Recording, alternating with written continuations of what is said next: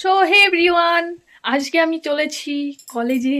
বিয়ের 3-4 বছর পর আজকে কলেজে এখন আমি রেডি হয়ে গেছি।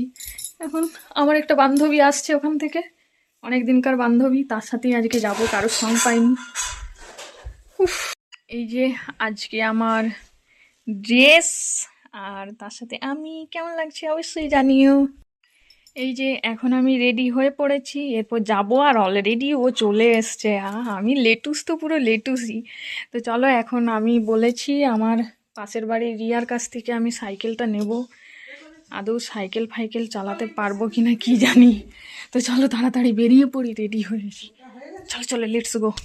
আমরা এখন এই বোচকা বোচকি নিয়ে বেরিয়ে গেছি। আর এই যে আমার বান্ধবী, আর 4 বছর পর মনে হয় দেখা হচ্ছে নাকি, 4-5 বছর পর আমাদের দেখা হলো। এখন আমরা যাচ্ছি কলেজে।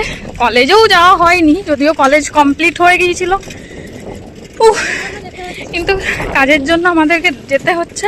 আর এই যে আমার অবস্থা খুবই কাহিল, কারণ কি আমি 4-5 বছর ধরে আমি সাইকেল চালাইনি, ঠিক আছে।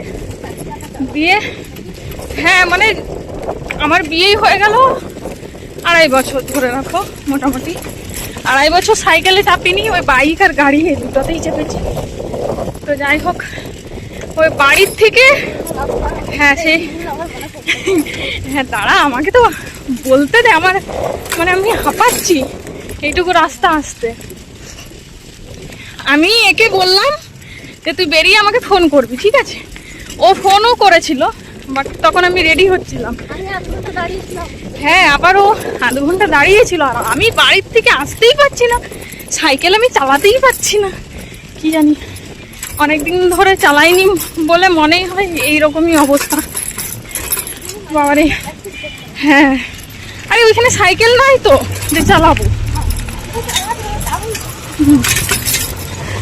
তাও টাউন থাকলেও কারুর এই যে তখন আমরা যেতাম, এই রাস্তাগুলো খুব সুন্দর ছিল, আর এখন এই পিচ করে দেওয়ার পর রাস্তাগুলো এত বিচ্ছিরি হয়ে গেছে, মানে কি আর বলবো তোমাদের।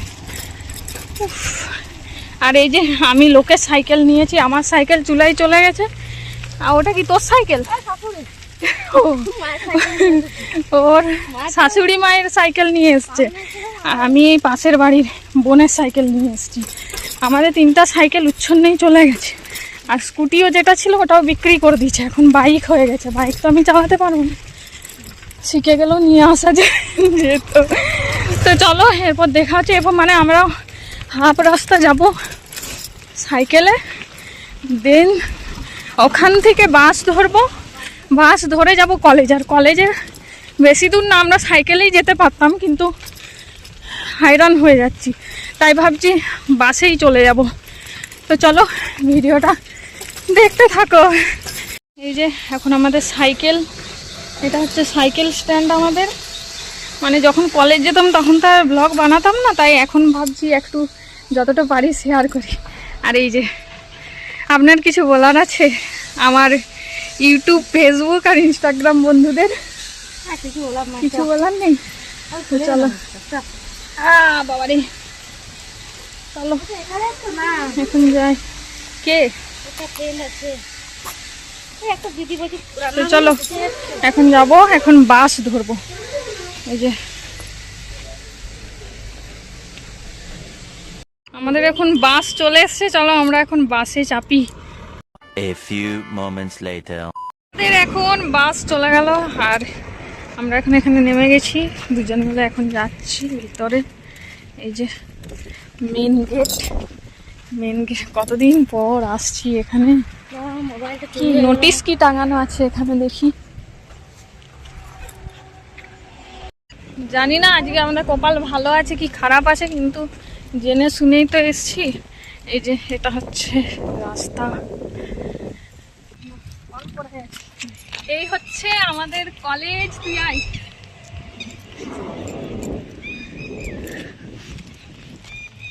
অনেকদিন পর এখানে আসতে পারলাম, তাও ওই কাজ ছিল বলে।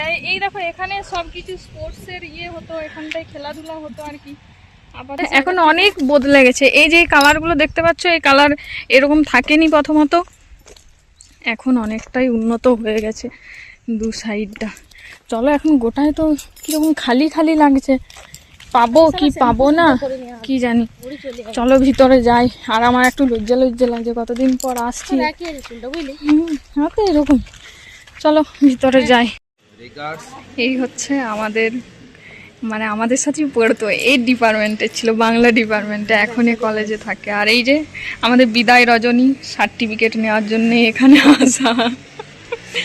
তো চলো, এই হচ্ছে আমাদের কলেজ, ওন্দা থানা মহাবিদ্যালয়। আজ 4-5 বছর হয়ে গেল এখান থেকে বিদায় নিয়েছি, তো এখন অনেকটাই উন্নত হয়েছে। আর ওই যে দূরে ক্যান্টিন ছিল, আমরা ক্যান্টিনের খবরটা বল। ক্যান্টিনে শুধু মুড়ি খাওয়ার জন্য আমরা তাড়াতাড়ি কমপ্লিট করে, ঘুগনি আর মুড়ি বেশি ফেভারিট ছিল ওখানে। তো চলো, এরপর এই আমাদের কলেজ থেকে বেরিয়ে যাচ্ছি, এরপরে সোজা যাব বাড়িতে। সুন্দর একটা এখানটায় ফুলের বাগান করেছে ক্যান্টিনটার সামনেই। তো চলো এখান থেকে বেরিয়ে যাচ্ছি বাইরে।